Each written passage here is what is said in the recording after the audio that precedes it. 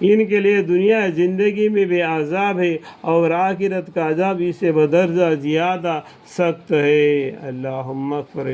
اللہ تعالیٰ کا عذاب سے ان کا کوئی بچانے والا نہیں ہے ہوگا۔ اور جن جنت کے متقیوں سے وعدہ کیا گیا ہے اس کی کیفیت یہ ہے کہ اس کے عمارت اور شجار کے نیچے سے نہریں جاری ہوں گی اور اس کا پھل اور اس کا سایہ دائم رہے گا۔ جنت کے بارے میں فرما رہے، سیم اسی طریقے سے آئے سورہ محمد میں بھی لکھا ہوا ہے، ٹھیک ہے۔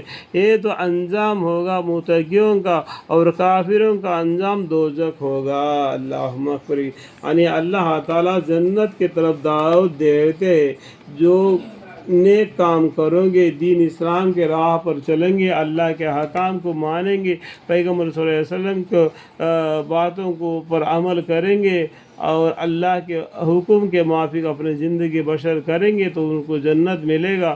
جو کفر اور دین اسلام کو جھٹلا کر اپنی منمانی زندگی گزار کے شرک میں مبتلا ہوں گے کفر اور میں، تو اللہ تعالیٰ انہیں دوزخ دے گا۔ اللہم اغفر۔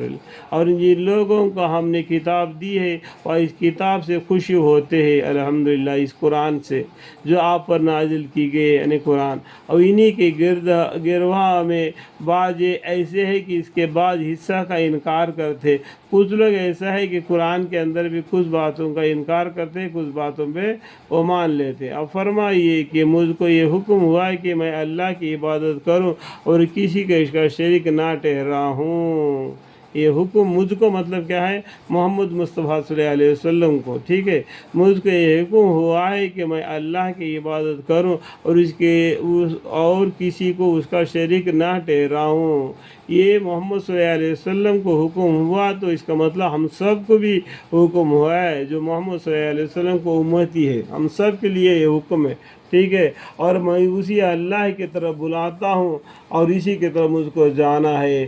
آپ لوگوں کو بھی پیغمبر صلی اللہ علیہ وسلم ہم نہیں جانتے تھے وہی کیا ہے، قرآن کیا ہے، تو پیغمبر صلی اللہ علیہ وسلم پر قرآن نازل ہوا، اس کے ذریعے سے دین اسلام کی طرف بلاتے ہیں، اور اس یعنی کل قیامت کے دن سب کو اللہ کے پاس جانا ہے، حساب دینا ہے، اس لیے دنیا میں ان کو آگاہ کرتے ہیں۔ میں اس اللہ ہی کی طرف بلاتا ہوں اور اسی کی طرف مجھ کو جانا ہے، اور اس طرح ہم نے اس کو اس طور پر نازل کیا ہے کہ وہاں ایک خاص حکم ہے عربی زبان میں، اور اگر آپ بالفرض محال ان کے نفسانی خیالات کا اتباع کرنے لگے بعد اس کے کہ آپ کے پاس علم صحیح پہنچ چکا ہے، تو اللہ کے مقابلے نہ کوئی آپ کا مددگار ہوگا اور نہ کوئی بچانے والا۔ اللہم اغفر۔ اور اسی طرح ہم نے اس کو اس طور پر نازل کیا کہ وہ ایک خاص حکم ہے عربی زبان میں، اور اگر آپ بالفرض محال ان کے نفسانی خیالات کا اتباع کرنے لگے بعد اس کے کہ آپ کے پاس علم صحیح پہنچ چکا ہے، تو اللہ تعالیٰ کے مقابل میں نہ کوئی آپ کا مددگار ہوگا اور نہ کوئی بچانے والا۔ پیغمبر صلی اللہ علیہ وسلم کے اللہ تعالیٰ نے یہ بات بتلا دیتے ہیں پیغمبر کو بھی، تو ہم اور آپ کس کھیت کے مولی ہے۔ اللہم اغفر لی۔